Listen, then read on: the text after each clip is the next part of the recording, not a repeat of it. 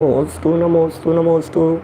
नमो हरिहन्ताणं, नमो सिद्धाणं, नमो ऐर्याणं, नमो वज्रायाणं, नमो लोहे सव्यसाहुणम्।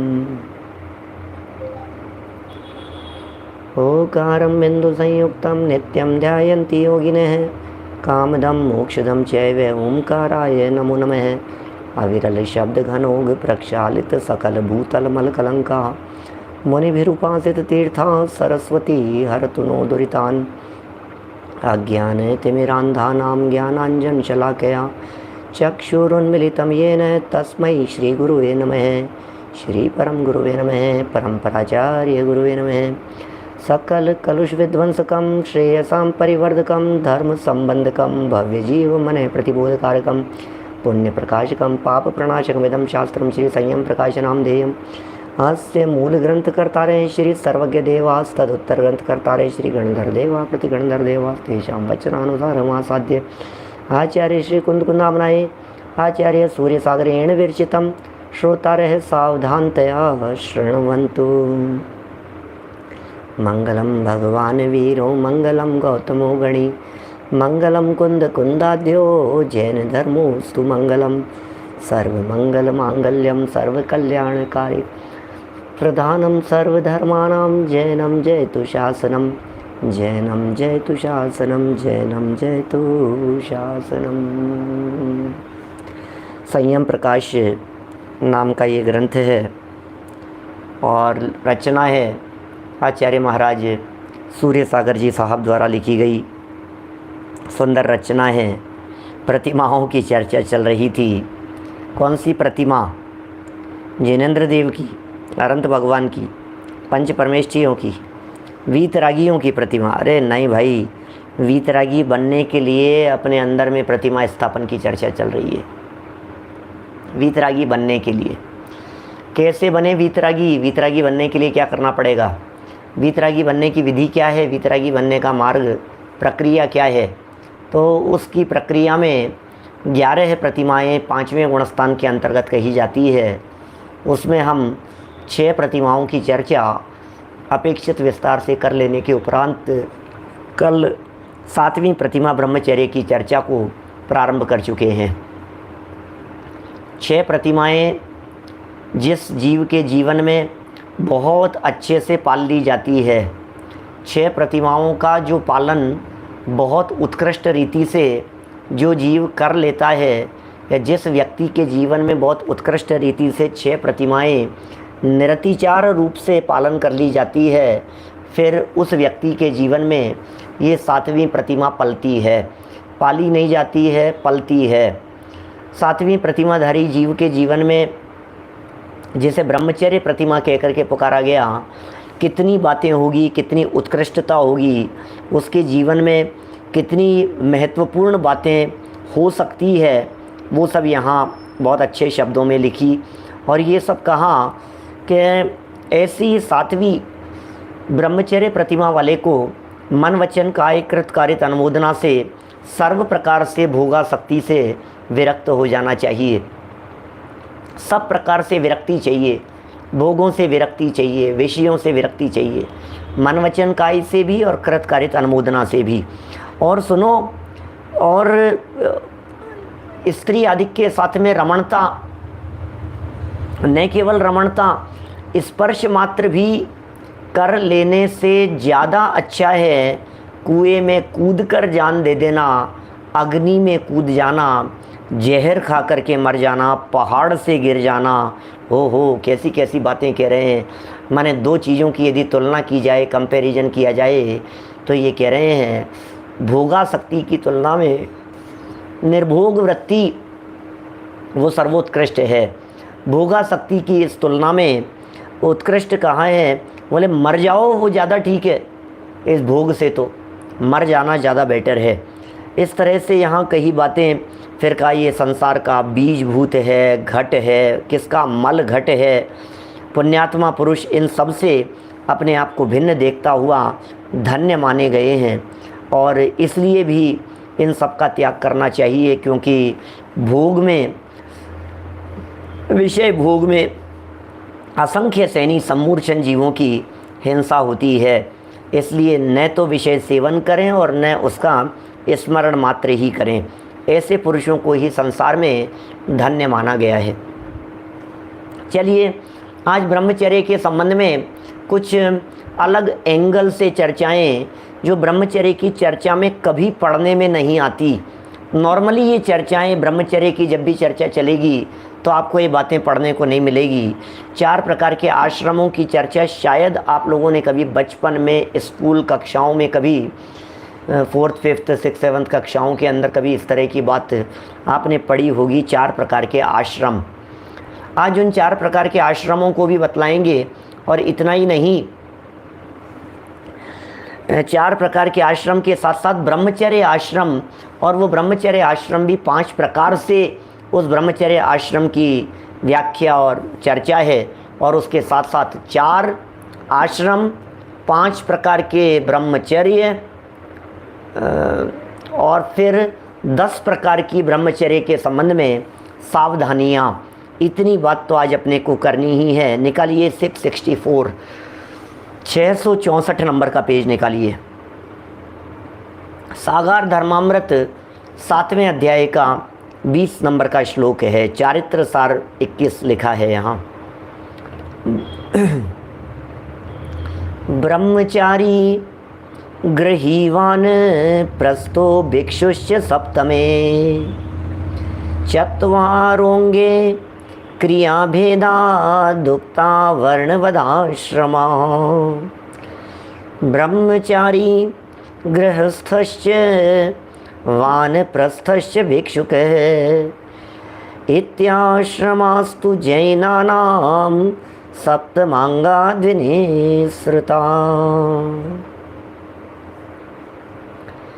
क्या कह रहे हैं? उपासकाध्ययन नामा 7वें अंग में, आप जानते हैं 7वें अंग का नाम उपासकाध्ययन है। 11 अंग है ना अपने यहाँ, 12 अंग हैं। 11 अंग और 14 पूर्व कहे जाते हैं। 12वें अंग दृष्टिवाद अंग है। तो 11 अंगों में आचारांग, सूत्रकृतांग, स्थानांग, समवायांग, व्याख्या, प्रज्ञप्ति, ज्ञात्र, धर्म कथा, फिर उपासकाध्ययन। ये उपासकाध्ययन 7वें नंबर पर उपासकाध्ययन, अंतःकृत दशांग, अनुत्तरोपातिक दशांग, प्रश्न, व्याकरण, विपाक, सूत्र और दृष्टिवाद, ये 12 अंग हैं। तो 7वें अंग का नाम है उपासकाध्ययन। उपासकों के संबंध में वहाँ चर्चा है उपासकाध्ययन में।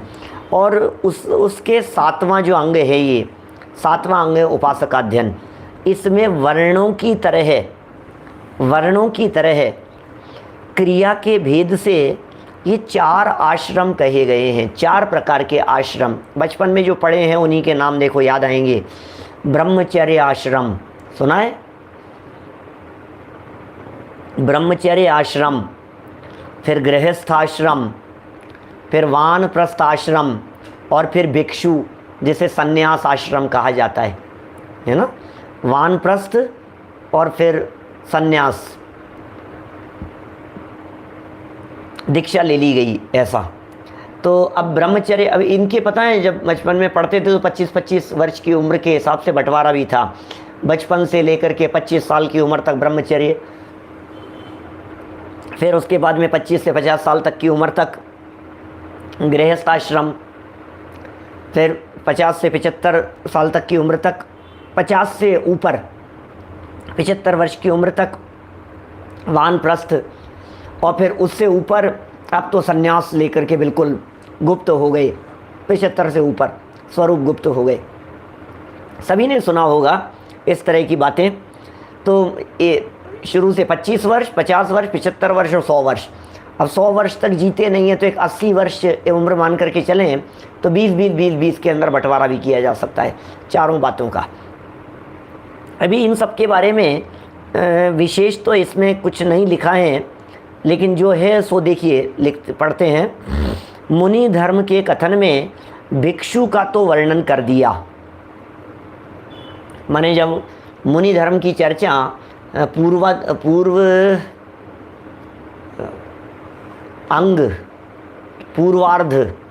पूर्वार्ध में जो चर्चा की थी उसमें मुनि धर्म की चर्चा तो हो गई थी।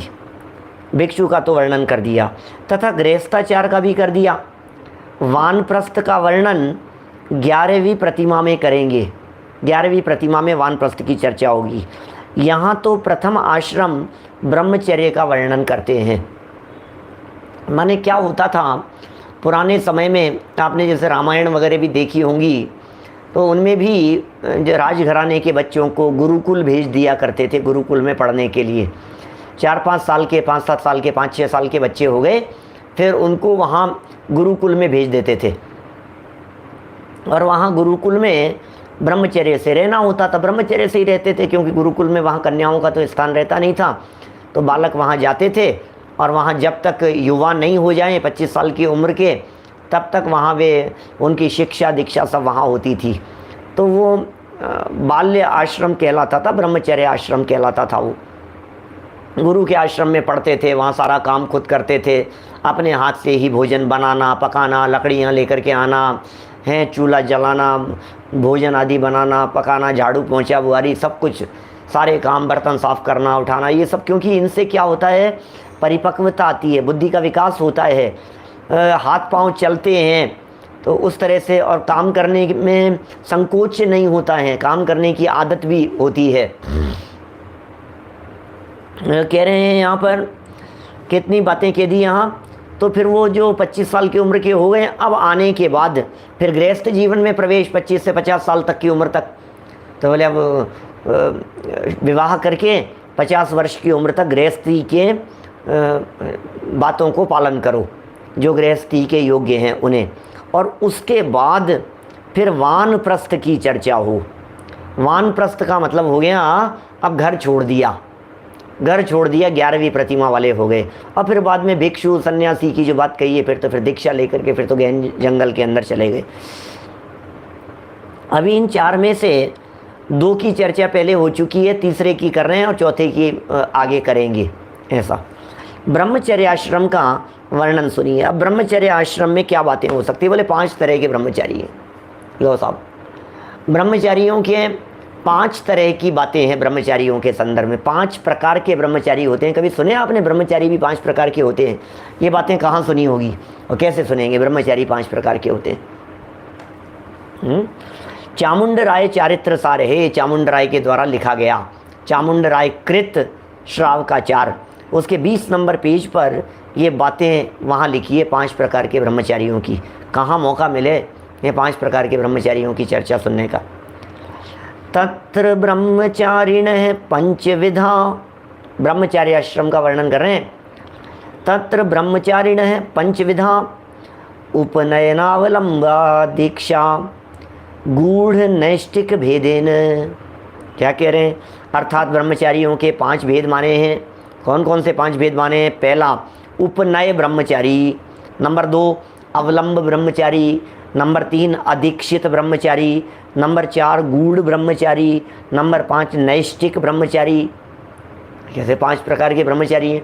ऐसा भी होता है, ब्रह्मचारी भी 5-5 प्रकार के होते हैं। हाँ जी, 5 प्रकार के ब्रह्मचारी। अब किसी व्यक्ति से पूछ लो जरा, ब्रह्मचारी व्यक्ति से, भैया हम तो ब्रह्मचारी हैं, हम तो ब्रह्मचारी हैं, तो उनसे पूछो कि तुम जो ब्रह्मचारी हो वो कौन से प्रकार के ब्रह्मचारी हो?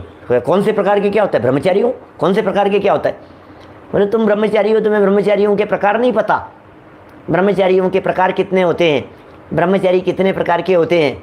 हमने तो कभी सुना ही नहीं, हमने तो कभी पढ़ा ही नहीं। तो ब्रह्मचारी होने के पहले ब्रह्मचर्य के 5 प्रकार पता होने चाहिए थे।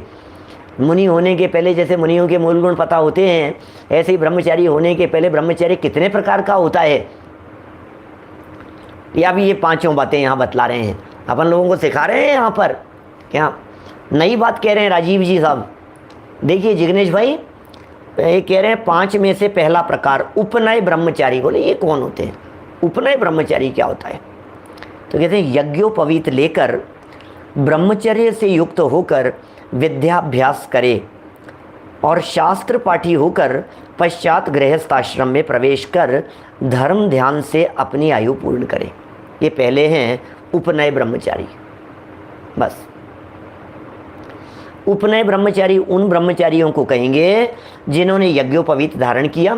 यद्यपि यज्ञोपवीत धारण करने को अभी सदासुखदास जी तो उचित नहीं मानते हैं। वो कहते हैं ये सब बातें ठीक नहीं है, क्योंकि इन बातों को लोग ग्रहित मिथ्यात्व वगैरह की श्रेणी में, मतलब वो उस तरह से भी लोग उसको मान लेते हैं ना, तो बोले ठीक नहीं है। तो सदासुखदास जी की दृष्टि उसके अंदर अलग है। वो मैंने आपको बात यहाँ बतलाई है, जब वो चर्चा आएगी तो कहेंगे। यज्ञोपवीत कहते हैं जनेऊ। जनेऊ नहीं जानते हैं, बहुत सारे लोग ऐसा धागा होता है इस तरह का गले में और उस तरह का एक बांधते हैं, घुमाते हैं। वो देखा होगा कई पुराने लोग ब्रह्मचारी त्यागी व्रती लोगों के गले में, कभी आपने पड़ा हुआ देखा हो तो जनेऊ कहते हैं। जनेऊ यज्ञोपवीत कहा जाता है उसे। और माने वो यज्ञोपवीत की चर्चा पहले रत्नकरण श्रावकाचार्य में आई है, इस तरह की जनेऊ वगैरह धारण करना और ये सब करना, बोले एक क्रियाकांड जैसा है। लेकिन बचपन में इसलिए क्योंकि ये ब्रह्मचारियों की चर्चा है ना, विद्याभ्यास करने वालों की, तो वो जनेऊ एक प्रकार से इस बात का प्रतीक हुआ करता था कि उन्हें वो काम करते समय, वो चूँकि वो जनेऊ हैं तो वो उसको प्रेरित कर रहा है, उसे इंडिकेट कर रहा है, उसको वो क्रिया करते समय सावधान कर रहा है कि नहीं ये हाथ में धागा है ना बंधा हुआ, ये कान में लगा रखा है नहीं, ये मेरे को ये इस दिशा में नहीं बढ़ना है। वो याद दिलाता है। वो ऐसे टॉयलेट जाते समय और कार्य करते समय इस तरह से सब वो पद्धतियाँ होती है इस तरह की याद दिलाने के लिए। तो यज्ञोपवीत लेकर जो ब्रह्मचर्य से युक्त होकर के विद्याभ्यास करे, माने हो सकता है इस तरह का ऐसा होता था। यज्ञोपवीत धारण कराते थे और उन्हें 20 साल की उम्र तक, 25 साल की उम्र तक उन्हें प्रतिज्ञा दिलाते थे ब्रह्मचर्य की। सफ़ेद धागा होता था, अभी भी मिलता है, त्रिवर्ण त्रिसूत्र के रूप में, 3 धागों के रूप में होता है। जनेऊ इस तरह से उसे बांध देते हैं। तो विद्याभ्यास करने वालों को इस तरह की प्रेरणा दी जाती थी, इस तरह की शिक्षा दी जाती थी कि आप 25 साल की उम्र तक प्रतिज्ञा पूर्वक नियम लेकर के स्त्री विकल्प से दूर रहेंगे, तो ये ब्रह्मचर्य। उसके बाद में जब आपका समय आएगा तो फिर उस समय आप गृहस्थ आश्रम में प्रवेश करेंगे। वैष्णव संप्रदाय के अंदर होता है इस तरह का। इसलिए मैंने कहा कि वो अभी जब अपन रत्नकरण श्रावकाचार्य में देखेंगे तो फिर उसमें वो उसे ग्रहित मिथ्यात्व जैसा या नहीं करना चाहिए, या उसे बहुत हो, क्योंकि वो पद्धति रूप हो गया, क्रियाकांड रूप हो गया, इसलिए उसका निषेध कर दिया गया। लेकिन ये पहला प्रकार है उपनय ब्रह्मचारी का। पहले प्रकार के ब्रह्मचारी हो गए उपनय ब्रह्मचारी,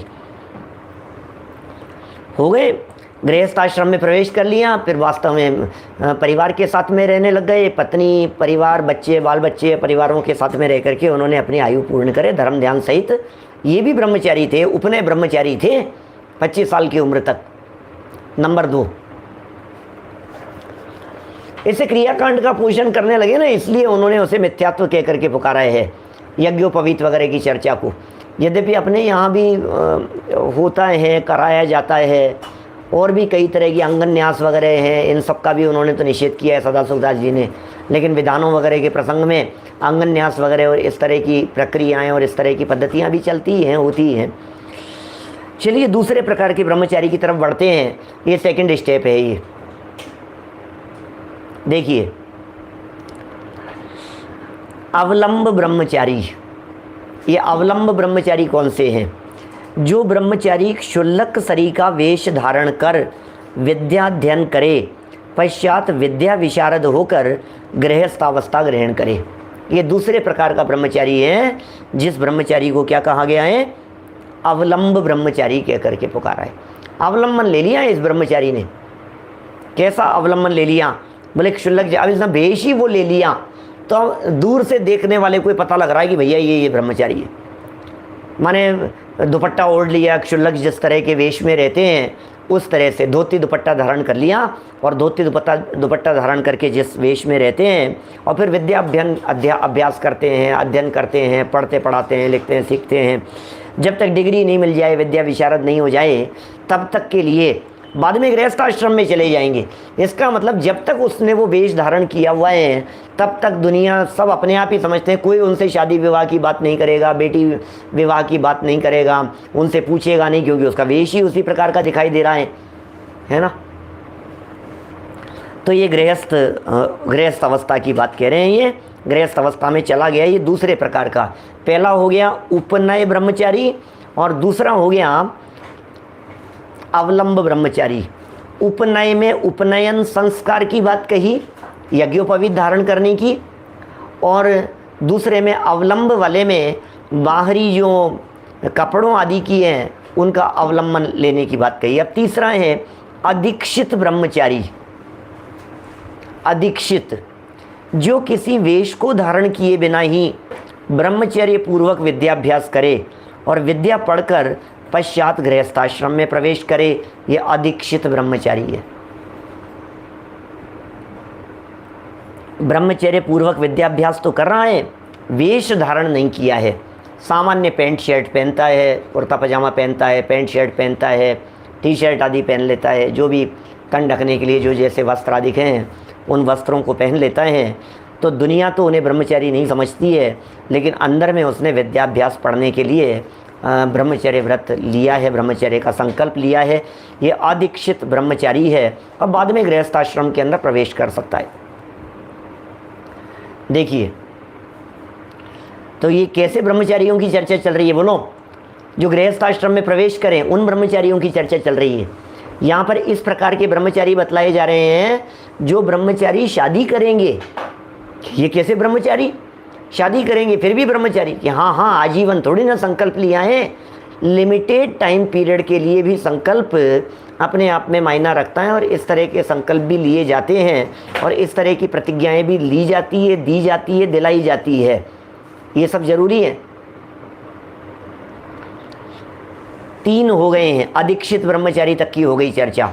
उपनय ब्रह्मचारी हो गया, फिर अवलंब ब्रह्मचारी हो गया, फिर तीसरे प्रकार का अदीक्षित ब्रह्मचारी हो गया, चौथे नंबर का गूढ़ ब्रह्मचारी।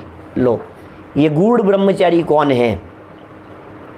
अब ये बड़ा शिथिलाचारी जैसा लगता है। गूढ़ ब्रह्मचारी जो बाल्य अवस्था से ही मुनि समान वेश धारण कर मुनियों के संग में रहकर ब्रह्मचर्य पूर्वक विद्याध्ययन करता है। अब बचपन से ही त्यागी था, बचपन से ही व्रती था, बचपन से ही संयमी था, बचपन से ही विद्याभ्यास के अंदर लगा हुआ था, बचपन से ही ऐसा लग रहा था भाई ये तो शादी नहीं करेगा, जीवन भर के लिए ब्रह्मचारी है, त्यागी है, गुरुओं के सानिध्य में है, मुनिराजों के संग में है, साधुओं के साथ में रहता है। ऐसा तो बाल्य अवस्था से ही मुनि समान वेश धारण कर मुनियों के संग में रहकर ब्रह्मचर्य पूर्वक विद्याध्ययन करता है। पश्चात अब बाद में कालांतर में क्या परिस्थिति बनी? माता पिता या राजा आदि की प्रेरणा से फिर जब उम्र हो गई उसकी, 25 साल का हो गया, 22, 25, 28 साल का हो गया, तो माता पिता ने उसको कहा भैया गृहस्थ आश्रम में प्रवेश करो, शादी कर लो। अब कितने समय से तुम रह रहे हो, सब ठीक है, तुमने इतना पाल लिया, अब हमारी भी इच्छा पूर्ति करो तुम। तो माता पिता ने समझाया तो शादी करने के लिए तैयार हो गया। गुरुजनों ने समझाया, क्योंकि देखिए बचपन में 5-7 साल की उम्र में ब्रह्मचर्य दे देना ये योग्य नहीं है। 5-7 साल की उम्र में आपने आजीवन ब्रह्मचर्य दे दिया और 22-25 साल की उम्र में उसके प्रवचनों की क्या स्थिति होगी? क्या बोलो, सोचना कितनी प्रैक्टिकल बातें हैं ये सब। बचपन में आपने 5-7 साल की उम्र में उसे आजीवन ब्रह्मचर्य, वो बच्चे समझते नहीं है कुछ भी, ब्रह्मचारी हाँ ब्रह्मचारी हो गए, ब्रह्मचारियों जैसे रहने लग गए, संग में रहने लग गए, धोती दुपट्टा पहनने लग गए, इस तरह का आचरण करने लग गए। अब जब 22-25 साल के हुए तो फिर परिणाम तो, क्योंकि युवा अवस्था के परिणाम तो क्या उसी तरह से आएंगे ना। युवा अवस्था के परिणाम जैसे भी जिस उम्र में जो जैसे परिणाम आएंगे वो उसी उम्र में आएंगे वो परिणाम। तो अब जब वो परिणाम आते हैं तो अब ये ब्रह्मचारी है तो फिर धर्म बदनाम करेगा। तो फिर गुरुओं की भी ये विशेष बात है कि उसकी यथा योग्य उम्र हो जाने पर उसे प्रेरित करे, उसे प्रेरणा देवे गृहस्थ आश्रम में प्रवेश करने की। तो बचपन से तो भले ही संग में रहे हों, ब्रह्मचारी वत रहे हों, त्यागियों वत रहे हों, हैं मुनि संग में रहे, ब्रह्मचर्य पूर्वक विद्याध्ययन करते रहे हों, उसके बाद माता पिता या राजा आदि की प्रेरणा से, राजा ने कहा, माता पिता ने कहा, गुरुजनों ने कहा, इनकी प्रेरणा से अथवा तथा क्षुधा आदि परिचय न सहन करने के कारण सहन नहीं कर पाएगा, क्षुधा आदि की और परिचय सहन नहीं कर पाएगा। ऐसे न सह सकने के कारण गृहस्थ आश्रम में पुनः प्रवेश करता है, वह गूढ़ ब्रह्मचारी है। गृहस्थ आश्रम के अंदर प्रवेश कर लिया उसने, पुनः वहाँ से तो छोड़ दिया मुनि संघ से, और गृहस्थ आश्रम के अंदर आ गया। तो ऐसे भी ब्रह्मचारी हैं, इस तरह के भी संकल्प लिए जाते हैं। ये गूढ़ ब्रह्मचारी हो गए, ये चौथे प्रकार के ब्रह्मचारी हो गए। पहले उच्च आचरण पाले फिर नीचे भूमिका में आ जाए, ऐसा नहीं है। वो तो बचपन के योग्य था, वो उच्च आचरण तो तब कहलाए जब यथा योग्य उम्र हो जाने के बाद में उस नियम का पालन करे। ये नियम ही 25 साल तक दिलाया था, तो वो नियम पूरा हो गया। इसीलिए तो गुरुओं की जिम्मेदारी है किस उम्र में कौन सा नियम दिलाया जाना चाहिए, कितनी उम्र तक कितना नियम दिलाया जाना चाहिए, कितने समय की प्रतिज्ञा दिलाई जानी चाहिए। नहीं तो फिर प्रतिज्ञा भंग करने का तो महापाप कहाँ है हमारे यहाँ पंडित जी साहब ने ग्रंथों में। प्रतिज्ञा भंग करने का तो महापाप है। तो बोले प्रतिज्ञा ही इतने ही उम्र तक की दिलाई जाती है, फिर उसके बाद फिर उसके जैसे परिणाम हो तदनुसार परिणामों को देखकर, माता पिता को देखकर, पूछकर, राज आज्ञा के द्वारा, गुरु आज्ञा के द्वारा फिर उसके परिणामों को संभाल कर टटोल कर फिर आगे दिया जाता है। अच्छा, जैसे देखिए मैं आपसे कहता हूँ, अभी ये तो चलो ब्रह्मचर्य का प्रकरण चल रहा है, मैं आपसे कहता हूँ एक व्यक्ति 18 साल की उम्र में लाइसेंस बनता है, ड्राइविंग लाइसेंस की बात कर रहा हूँ। गाड़ी ड्राइव करने के लिए, 2 व्हीलर 4 व्हीलर ड्राइव करने के लिए ड्राइविंग लाइसेंस अपने यहाँ भारत में 18 वर्ष की उम्र में बनता है। तो 18 वर्ष की उम्र में लाइसेंस बना, कितने साल के लिए बनाएंगे? 20 साल की उम्र में लाइसेंस बनाया, कितने साल तक के लिए बनाएंगे? 30 साल की उम्र तक में बनाया, 25 साल की उम्र में। बोले उतना ही बनाते हैं एक लिमिटेड टाइम तक कि भाई 45 साल की उम्र तक के 50 साल की उम्र तक। भैया जब ये 45 साल के हो जाएंगे तब तक का इनका लाइसेंस बनेगा। एक साथ झटके से 20-25 साल का बना दिया, और फिर उसके बाद क्या करेंगे? उसके बाद 5-5 साल का, 10-10 साल का एक लिमिटेड इतने से बढ़ाएंगे। क्यों? एक साथ पहले तो इतना बढ़ा दिया आपने, क्योंकि हमें पता है तुम्हारी आंखें इतने समय तक इतनी तो काम करेगी, हमें मान करके चल रहे हैं। अब रिन्यू के लिए क्या होगा भाई? प्रतीक भाई, कमलेश भाई, टिम्बड़िया साहब बोलो। प्रैक्टिकल सोचना, मतलब गवर्नमेंट भी कितना प्रैक्टिकल सोच करके बात चलती है। क्या गवर्नमेंट भी कितना सोचती है कि उसके बाद में आपके हर 5 साल के अंदर रिन्यू करना पड़ेगा आपको, क्योंकि आपकी आंखें हर 5 साल के अंदर हम चेक करेंगे, आपकी ड्राइविंग चेक करेंगे, आपकी आंखें टेस्ट करेंगे, आपको कितना विजन है आपका देखने का उसे चेक करेंगे। माने जिस उम्र में, जैसे मान लीजिए 40 साल की उम्र के अंदर रिन्यू हो रहा है तो 10 साल का रिन्यू कर दिया, 50 में होगा तो फिर 5 ही साल का रिन्यू करेंगे, 55 में है तो फिर 60 साल के हो गए तो 5 ही साल का रिन्यू करेंगे, ऐसा है। तो वो भी बराबर जानते हैं कि इस उम्र तक तो एकदम खींच दो और फिर उसके बाद में फिर दोबारा रिन्यू की ज़रूरत है। ऐसी ब्रह्मचर्य की प्रतिज्ञा दी, बोले 25 साल की उम्र तक तो झटका लगा दो, कोई दिक्कत नहीं है, 25 साल तक तो 25 साल तक की उम्र का ब्रह्मचर्य दिला दिया है उसको। 25 साल के बाद बोले अभी नहीं, अभी नई प्रतिज्ञा देने के पहले उसको टटोलेंगे, उसको ठोक बजा करके देखेंगे उसके परिणामों को, उसके परिणामों की क्या स्थिति है, उसके बाद देखेंगे। 25 साल की उम्र के अंदर पढ़ाई पूरी हो गई, तब तक तो इसका बुद्धि इधर लग रही है ना, शिक्षा में लग रही है। अब शिक्षा पूरी हो गई, पढ़ाई लिखाई पूरी हो गई, तो उपयोग विषय की तरफ लगेगा इसका। अभी जब तक पढ़ाई में लगा हुआ है, पढ़ने में लगा हुआ है, शिक्षा में लगा हुआ है, ज्ञान प्राप्त में लगा हुआ है, एग्जाम की तैयारी में लगा हुआ है, तब तो इसको बात ही नहीं आती है, ख्याल में ही नहीं आती है क्या, क्योंकि उधर लगा है ना उपयोग। अब पढ़ाई शिक्षा, ये क्लास है, वो क्लास है, यहाँ जाना, ये एग्जाम देना, ये तैयारी करनी है, तो दिमाग उसका उसके अंदर लगा हुआ है 25 साल की उम्र तक। अब जब पढ़ाई पूरी हो गई, विद्याभ्यास पूरा हो गया, बोले अब क्या करें? वो बोलो क्या कहें? तो अब कहाँ चला गया? अब प्रतिज्ञा दिलाओ उसको आगे। तो बोले गृहस्थ अवस्था में पुनः प्रवेश करता है। पहले भी गृहस्थ ही था माने, लेकिन वो यहाँ गृहस्थ अवस्था शब्द का प्रयोग शादी कर लेता है, ऐसी बात ये कहना चाह रहे हैं। तो 4 हो गए गूढ़ ब्रह्मचारी। अब 5वां है महत्वपूर्ण, नैष्ठिक ब्रह्मचारी की चर्चा है। नैष्ठिक ब्रह्मचारी कौन है? बोले जिसने आजन्म निष्ठापूर्वक ब्रह्मचर्य व्रत ग्रहण कर लिया है, ये है निष्ठापूर्वक ब्रह्मचर्य व्रत ग्रहण कर लिया है, नैष्ठिक हो गया है। ये निष्ठा है इसकी उस व्रत के प्रति, और भावनात्मक रूप से भी आजन्म जीवन पर्यंत के लिए ब्रह्मचर्य व्रत ग्रहण कर लिया है वह नैष्ठिक ब्रह्मचारी है। यह ब्रह्मचारी पुनः गृहस्थाश्रम में प्रवेश नहीं कर सकता। बस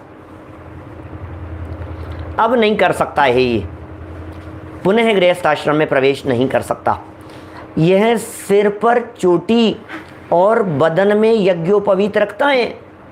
अब वो तो ब्रह्मचारी हो गया ना, मतलब दूसरे व्यक्ति को लगे भैया ये तो हाँ ये ब्रह्मचारी है ये, तो सिर पर चोटी बदन में यज्ञोपवीत रखता है, सफ़ेद कपड़े और कोपीन पहनता है। कोपीन माने लंगोटी कहते हैं, कोपीन सफ़ेद कपड़े लंगोट पहनता है। देव पूजा, गुरुओं की उपासना आदि धर्म साधन के कार्यों में सदा लवलीन रहे। घर से भी या भिक्षावृत्ति से भी, दोनों प्रकार की बातें भोजन करता है। वो घर में भी भोजन कर सकता है, भिक्षावृत्ति से भी कर सकता है, जैसी उसकी योग्यता और जैसे उसके परिणाम हो, है ना, उस तरह की बात हो गई है। माने वो सफ़ेद कपड़े पहनेंगे, कोपीन धारण कर लेंगे, गुरु देव पूजा गुरुपास्ती आदि षट कर्मों का अपने पालन करेंगे। घर में भी भोजन कर सकते हैं, दूसरी जगह भी भोजन कर सकते हैं। देखिए अब ये सब पद्धतियाँ पूर्व में कही हैं इस तरह की, उसमें क्या फ़र्क पड़ गया है। अब ये इनको हिंदुओं से, मुसलमानों से, दूसरी परंपराओं से, वहाँ क्या होता है यहाँ क्या होता है, उनसे अपन नहीं देखें नहीं तोलें, लेकिन ऐसा है ये। अब ये ज़रूरी तो क्या है, जो कर लो सो ही है। अब ज़रूरी तो कौन, मेरे ज़रूरी कहने से कौन सा कोई ज़रूरी मानने वाला है, और नहीं कहने से कौन सा कोई नहीं मान, जिसको जो जचे सो करे। लेकिन यहाँ जो बात लिखी है वो अपन ने यहाँ पढ़ी है, इन्होंने भी सप्रमाण यहाँ बात लिखी है। चामुंडरायकृत चारित्र सार के अंदर ये बात लिखी है। श्रावकाचार ग्रंथ है, और श्रावकाचार ग्रंथों के अंदर एक बात और है, ये देश काल परिस्थिति के हिसाब से इनमें परिमार्जन भी होता रहता है, परिस्थितियों को देख करके बदलता भी है। माने मैंने तो पता है ये जो क्या था देवलाली में, उल्लास भाई देवलाली में एक बार शिविर में मेरा जो विषय था कर्णानुयोग से प्रयोजन सिद्धि, 7-8 प्रवचन इस विषय पर हुए, कर्णानुयोग से प्रयोजन सिद्धि। तो मैंने कुछ तर्क दिए, जिग्नेश भाई ध्यान देना, देखो बहुत महत्वपूर्ण बात कह रहा हूँ। उसमें मैंने ये कहा कि 3 अनुयोग अपने हिसाब से मॉडिफाई हो जाते हैं, कर्णानुयोग वो है जो शाश्वत है।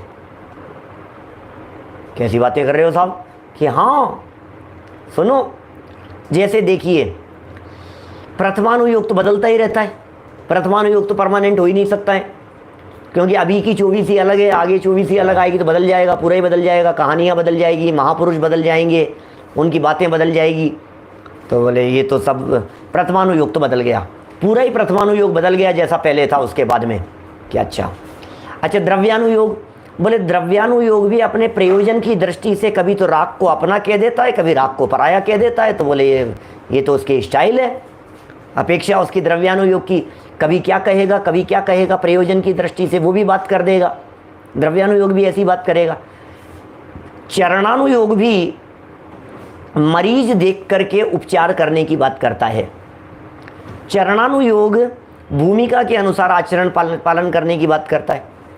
बोले सुनो, गृहस्थ के पास में यदि पैसा नहीं हो तो वो 2 कौड़ी का, और मुनि होकर के पैसा रखे तो वो 2 कौड़ी का। आप समझ रहे हैं? इसके पास में नहीं होवे तो बेकार, और मुनि बन करके यदि रखे तो वो बेकार। ये कैसी बात कर रहे हो आप? कि हाँ, चरणानुयोग के अंदर अलग अलग देश काल परिस्थिति के हिसाब से अष्ट मूल गुण बदलते रहे। भाई साहब श्रावकों के क्या बात कर रहे हैं आप? हमारे वीतरागी संतों ने श्रावकों के जीवन को परिमार्जन करने के हिसाब से अलग अलग प्रकार से मूल गुणों की चर्चा की है। श्रावक के अष्ट मूल गुण कौन से? पंच उदंबर फल और मध्य मांस मधु का त्याग। बोले नहीं, कई एंगल से बतलाएं। कहीं देव दर्शन को भी मूल गुण में शामिल किया है, कहीं पानी छानने को भी मूल गुणों के अंदर शामिल किया है, कहीं जीव दया को भी मूल गुणों में शामिल किया है, उनको उनमें गर्भित कर लिया, फिर अलग से गिना दिए। ऐसे ऐसे कई तरह से बातें मिलेगी आपको। तो चरणानुयोग के अंदर इस तरह की बातें मिलेगी। तो अभी ये कह रहे हैं कि भाई ये इस शास्त्र के अंदर कह रहे हैं कि आप चोटी रखता है, कोपीन पहनता है, यज्ञोपवीत धारण करता है, धर्म साधनों में संलग्न रहता है, माने जिससे लोगों को भी उसको ब्रह्मचर्य की प्रेरणा मिलती रहे और स्वयं भी होवे ऐसा, ठीक है ना। लेकिन जो कर्णानुयोग है वो अनचेंजेबल है। मतलब भूतकालीन 24 के समय यदि मेरू पर्वत की ऊंचाई 1,00,000 योजन कही गई थी, 1,40,000 योजन, और नरक 7 कहे गए थे, तो अब कालांतर में अनंत काल बीत जाने पर भी और भविष्य में अनंत काल बीत जाने पर भी स्वर्ग 16 और नरक 7 ही बताए जाएंगे। बोले अनचेंजेबल है ये कर्णानुयोग, ऐसा धर्म कांटा है, उसमें कोई परिवर्तन नहीं होता है। कर्णानुयोग ऐसा परमानेंट है। वैसे द्रव्यानुयोग भी नहीं बदलता है, वस्तु का स्वरूप की दृष्टि से यदि बात करो तो द्रव्यानुयोग भी नहीं बदलता है, लेकिन द्रव्यानुयोग में न्याय है ना, चूंकि द्रव्यानुयोग में न्याय है, प्रमाण है, विवक्षाएं हैं, द्रव्य क्षेत्र काल भाव के एंगल हैं, तो प्रतिपादन करने में एंगल बदल जाता है, प्रतिपादन करने में बातें बदल जाती है। एक व्यक्ति किस एंगल से कह रहा है, दूसरे व्यक्ति किस एंगल से कह रहा है। एक व्यक्ति प्रवचन नित्यता के एंगल से कर रहा है तो दूसरा व्यक्ति अनित्यता के एंगल को हाईलाइट कर रहा है।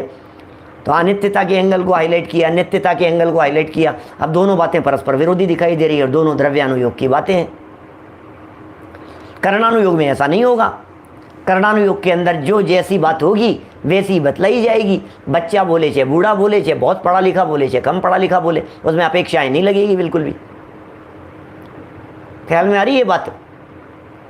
देखो क्या कह रहे हैं यहाँ। तो ये 5 प्रकार के ब्रह्मचारी हो गए। 4 प्रकार के आश्रमों की चर्चा की हमने आपके बीच में और 5 प्रकार के ब्रह्मचारियों की चर्चा भी यहाँ हमने कर ली। ये 5वें प्रकार के निष्ठावान ब्रह्मचारी जो जीव हैं, ये धर्म कार्यों में संलग्न रहते हैं। भोजन कहाँ करते हैं? खुद भी बना सकते हैं, घर में भी कर सकते हैं, और संघ में यदि कदाचित रहें, बाहर रहें, तो फिर चौके में जाकर के भी ये जगह जगह जाकर के भी भोजन ग्रहण कर सकते हैं। भिक्षावृत्ति से भी भोजन ग्रहण कर सकते हैं। गृह त्यागी भी हो सकते हैं और गृहवासी भी हो सकते हैं, दोनों प्रकार के हैं। क्या ठीक है? देखिए अब आगे ब्रह्मचारी के त्यागने योग्य कर्म क्या है। 10 बातें ऐसी कही हैं जो ब्रह्मचारी के जीवन में नहीं। क्या देखो, ब्रह्मचारी के त्यागने योग्य कर्म क्या है। ब्रह्मचारी को विकार करने वाले अनेक दोषों से बचना चाहिए। ये बताते कितने प्रकार के दोष हैं, उन्हें बचना चाहिए। कितने प्रकार के दोषों से बचना चाहिए, तो 10 प्रकार की बातें कही है। ज्ञानार्णव के 11वें अध्याय में इस प्रकार की चर्चाएं आई है। 7, 8 और 9 नंबर का श्लोक है। 3 श्लोकों में इस प्रकार की बातें करते हैं। क्या आद्यम शरीर संस्कारो द्वितीयम वृष्य सेवनम तौर्यत्रिकम तृतीयम स्यात् संसर्गस्तुर्यमिष्यते योषिद विषय संकल्प है पंचमं परिकीर्तितम तदंग वीक्षणं षष्ठं संस्कार है सप्तमं मतम पूर्वानुभोग संभोग संस्मरणं स्यात् तदष्टमं नवमं भाविनी चिंता दशमं भस्ति मोक्षणम। 10 बातें यहाँ कही है ज्ञानार्णव में। सावधानी रखने योग्य बात है। अरे ब्रह्मचर्य ऐसे ही नहीं होता है। ब्रह्मचर्य व्रत के पालन के लिए ब्रह्म में चरण करने का नाम यदि ब्रह्मचर्य है, ब्रह्म स्वरूप में लीन होने का नाम यदि ब्रह्मचर्य है, तो ब्रह्म स्वरूप में लीन होने से जो बातें 5 इंद्रियों के विषय भोग यदि बाधा उत्पन्न करते हैं, क्या तो उनसे बचना चाहिए, उनसे दूर रहना चाहिए। क्या उनसे बचने का प्रयत्न करना चाहिए। 5 ही इंद्रियों से। श्री राग कथा श्रवण कल हमने सूत्र पढ़ करके बतलाया था उमा स्वामी आचार्य का तत्वार सूत्र का। वहाँ 5 बातें कही थी, उनको बढ़ा करके यहाँ 5 कीजिएगा, 10 बातें कह दी गई है ब्रह्मचर्य के संदर्भ में। श्री राग कथा श्रवण, तन मनोहरांग निरीक्षण, पूर्व रतानुस्मरण, वृश्येष्ठ रस, स्वशरीर संस्कार, त्यागा, इन सब का त्याग है। क्या समझ में आ रही है बात?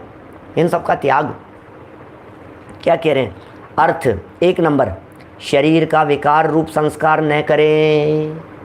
बोलो, संस्कार ही नहीं करें, ब्रह्मचारी व्यक्ति, त्यागी व्यक्ति, सन्यासी, गृह त्यागी, अब ये व्यक्ति ब्रह्मचारी भी अब शरीर संस्कार कर रहा है, सज रहा संवर रहा है, तो भैया तुझे सजने की क्या ज़रूरत है, बाल बनाने की, चेहरा देखने की क्या ज़रूरत क्या है, अच्छा बन ठन करके रहने की। ये बन ठन करके रहना ये तो दूसरों को अट्रैक्ट करने की वृत्ति है, दूसरों को आकर्षित करने के लिए सजा जाता है, सुंदर दिखा जाता है, सुंदर दिखने का परिणाम नहीं हो, ऐसा होता है ब्रह्मचारी। ब्रह्मचर्य की भावना है इस प्रकार की, ऐसे अनेक प्रकार के दोष हैं, इन दोषों से बचने के लिए यहाँ इस प्रकार की बात कह रहे हैं। क्यों सज धज करके रहें, क्यों संवर करके रहें। शिवकांत जी साहब बोलो, मुकेश जी तन्मय साहब विदिशा से बतलाएं, क्यों हुए ऐसा, ये ब्रह्मचारियों के लिए कह रहे हैं। नंबर 2, स्त्रियों को सेवन नहीं करें, संपर्क नहीं करें, दूरी बना करके रखें, सेवन नहीं करें की चर्चा है यहाँ तो प्रथम तो, फिर आगे चौथे पॉइंट में आएगी चर्चा। तीसरा पॉइंट है गीत, नृत्य, वादित्र, नाच आदि न देखें और न सुने। देखना भी नहीं, सुनना भी नहीं, चर्चा भी नहीं। क्यों नृत्य देखना, दूसरों को थिरकते हुए दूसरों के अंगों को देखना, क्यों देखना। नाच गान भी नहीं, संगीत आदि भी नहीं, फिल्मी गाने नहीं, इन सब से दूर श्रवण मात्र का त्याग कराया जाता है ब्रह्मचारियों के जीवन में। 7वीं प्रतिमाधारी ब्रह्मचारी की चर्चा चल रही है। 7वीं प्रतिमाधारी ब्रह्मचारी की अंदर में निर्मलता, पवित्रता होती है, तब वो बाहर में इन सब से विरक्त होता है। सीधा सा अर्थ ये हो गया मोक्ष भाई कि वो टीवी नहीं देखे, न्यूज़पेपर से भी बचने का प्रयत्न करे। टीवी तो विशेषकर हो गया, टीवी बात हो गई क्या, क्योंकि टीवी में, अरे टीवी देखने में 7 व्यसनों का पाप लगता है, 7 व्यसन का पाप लग जाता है उसमें। नृत्य, वादित्र, नाच, देखना और सुनना, दोनों की बातें हो गई। फिर चौथा नंबर का पॉइंट, स्त्रियों की संगति ना करें, संगति मात्र ना करें, स्त्रियों की संगति नहीं करें। अब लगेगा साहब स्त्रियों के लिए ऐसा करें, अरे स्त्रियां पुरुषों की संगति नहीं करें क्या, स्त्रियां पुरुषों की संगति नहीं करें, पुरुष स्त्रियों की संगति नहीं करें, संगति मात्र से भी दूर रहें। पुरुषों को यदि प्रश्न है तो पुरुषों से पूछें, स्त्रियों को यदि प्रश्न है तो स्त्रियों से पूछें। स्त्रियों के अंदर भी दुनिया भर में कितने विदुषी हैं, विद्वान हैं, ज्ञानी हैं, उनसे संपर्क करें ना, उनसे चर्चा करें ना, उनसे प्रश्न करें, उनसे वार्तालाप करें, उनसे पूछें, जो जिज्ञासा समाधान रखें। माने संपर्क मात्र कम होना चाहिए, उसकी चर्चा ये यहाँ कहते हैं। संगति ना करें।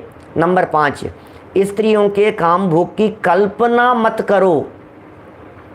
कल्पना नहीं, क्या कल्पना भी क्यों करें इस तरह की, क्यों इस तरह की कल्पना में, मतलब ये व्यक्तिगत तौर पर उसे कंट्रोल करने के संबंध में कह रहे हैं कि ये तो सेल्फ कंट्रोल की बात है, आप ही कंट्रोल कीजिए। आप क्यों कल्पनाओं में घुमा रहे हो, भोग संबंधी, कहते हैं ना स्मरण नहीं हो, याद नहीं हो। ये आगे 9 नंबर के पॉइंट में भी इस तरह की बात कही है। 8 की जगह 9 छप गया और 9 अलग है, नंबरिंग के अंदर भी थोड़ा सा अशुद्ध छपा हुआ है। वो आगे बढ़ेंगे तो अभी अपन उसको सुधार लेंगे। मुझे एकदम दिख गया किताब में। 5 पढ़ लिया अपन ने। 6 नंबर, स्त्रियों के मनोहर अंगों को न देखना। श्री राग कथा श्रवण, तन मनोहर अंग निरीक्षण, क्या निरीक्षण नहीं, देखना नहीं। अरे देखना नहीं का अर्थ ये नहीं कि टकरा जाना, क्या देखना नहीं का अर्थ है देखते नहीं रहना, ऐसा अर्थ है, देखना नहीं। तो देखना नहीं। फिर 7वां नंबर का पॉइंट, किसी स्त्री का अंग दिख भी जाए तो चित्त में उसका विचार मत करो। दोषों से बचने के लिए ब्रह्मचर्य व्रत के संबंध में सावधानियां बतला रहे हैं। क्या प्रतिमा वालों की बात चल रही है, माने अच्छा प्रतिमा वालों की बात चल रही है, इसका अर्थ कोई व्यक्ति ये नहीं समझ लेवे कि ये तो 7वीं प्रतिमा वालों की बात चल रही है, हमारे को तो छूट है, हम तो थोड़ी ना 7वीं प्रतिमा वाले हैं, हमारे लिए नहीं है ये बातें। जब हम 7वीं प्रतिमा वाले होंगे ना तब हम करेंगे ऐसा। क्या जब हम 7वीं प्रतिमा वाले होंगे ना, तब हम इतना पालन करेंगे। अरे अभी पालन करना है, अभी आज से पालन करना है, ऐसा ये कह रहे हैं। क्या अभी पालन करना है, ये बात कही जा रही है यहाँ पर। देखो बड़ी सुंदर है ये सारी बातें जो यहाँ कही जा रही है, ध्यान रखें। ऐसी बातें कह रहे हैं।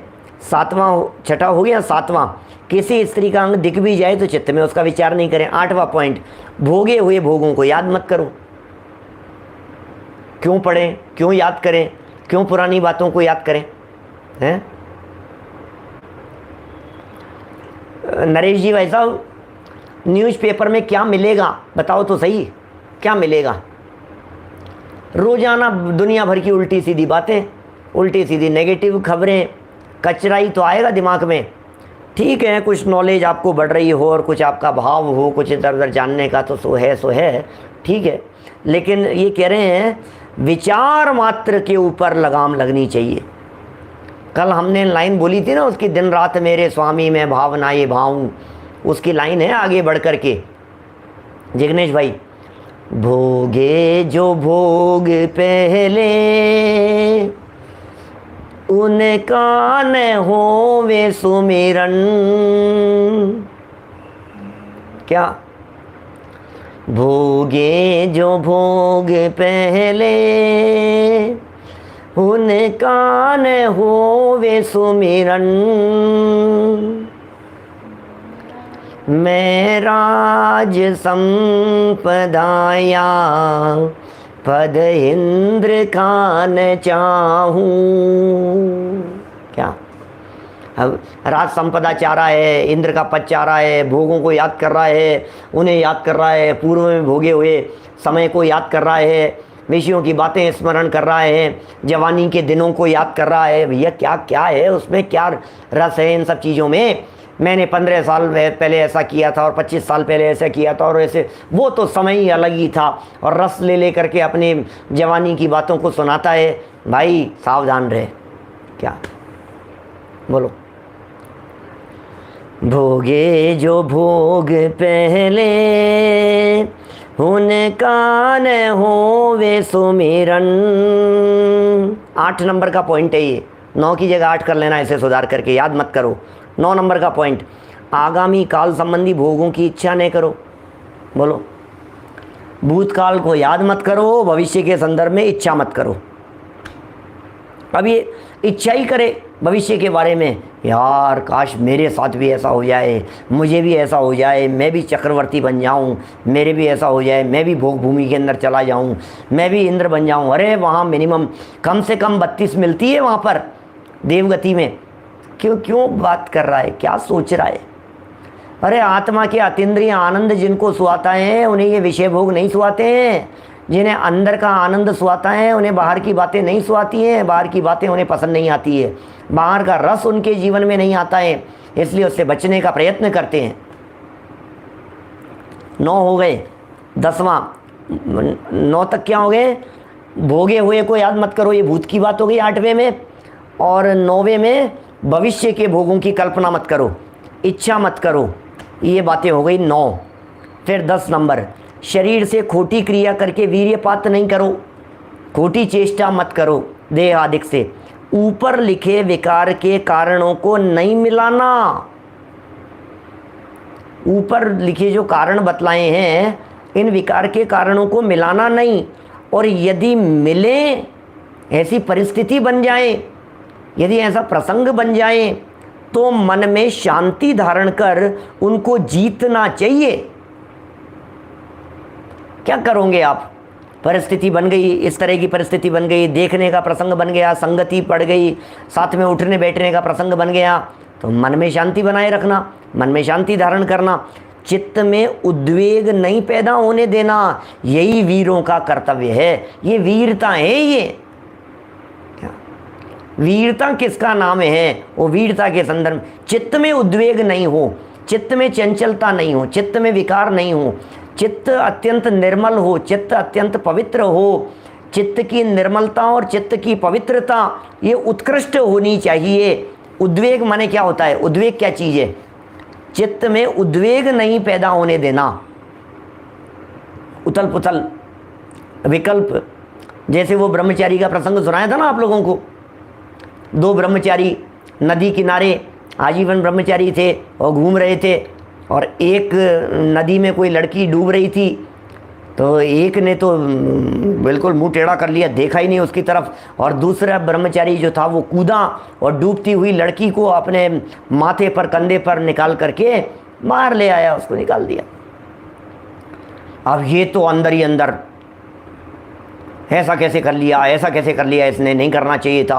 और पूरे रास्ते वही चलते चलते और गुरु के पास में पहुँचे, और गुरु के पास में पहुँच करके शिकायत करी, अरे ये तो भ्रष्ट हो गया ब्रह्मचारी, इसने लड़की को बचा लिया और नदी में कूद गया और उसे अपने कंधे पर और माथे पर बिठा करके ले आया। गुरुजी आप इसको सज़ा प्रदान कीजिए।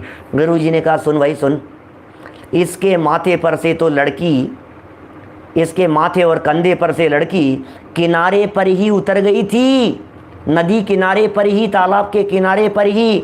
तेरे माथे पर तो यहाँ आश्रम में आने तक माथे पर सवार हैं। कौन ज़्यादा बड़ा दोषी है? तेरे दिमाग में तो अभी भी है, तेरे माथे पर तो अभी तक सवार है। उद्वेग नहीं हो, चित्त में ऐसा चलता नहीं रहे, ऐसा ऐसा ऐसा ऐसा, तो क्या क्या क्या क्या सोचना है, क्या विचार करना है इन सब बातों के संदर्भ में।